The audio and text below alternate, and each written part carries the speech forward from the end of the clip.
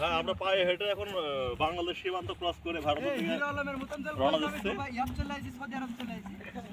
অসম্ভব সুন্দর পরিবেশ। ভারতের সীমান্ত পার হচ্ছে। ভারতের বোমার নিশান। হ্যাঁ ওগুলো কি ইটের ভাটা। আমার মামা থাকতেছে ওই দিক পার হবো কি? কার দোকান সোবানের? হ্যাঁ সীমান্ত পার হতে সোবান বাইক কিসে? আগে তিমু অবস্থা সবই আইছো। আমার মনে হয় এই জায়গাটাকে বাংলা কিশোরের গাড়ি করে পার করা যায়, পরে পানি পার হয়ে যায়। আরে এই পাশে লঞ্চ বেশি থাকে এলা ভালো।